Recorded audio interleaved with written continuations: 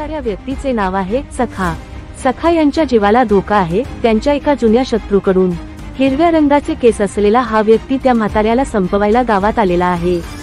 एके दिवशी दुपारी सखा शांत बसलेला असताना हिरव्या रंगाचे केस असलेला तो जुना शत्रू वाईट हेतूने सखा यांच्या घरात घुसला।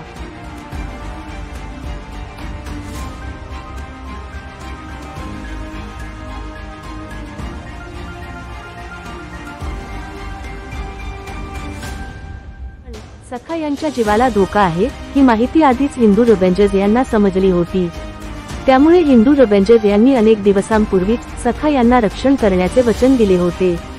हिंदू रेंजर्सचे गीता, नारायण, विनायक, विश्वनाथ आणि तुलसी सगळे त्या म्हाताऱ्याच्या रक्षणासाठी तयार होते।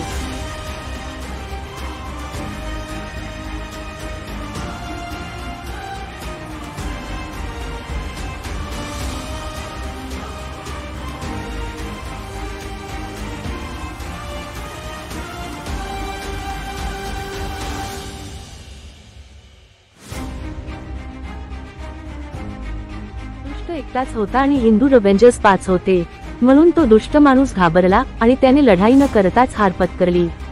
त्याला जेलमध्ये बंद केले गेले। तर अशा प्रकारे हिंदू रेंजर्स यांनी त्या म्हाताऱ्या सखाचे रक्षण केले।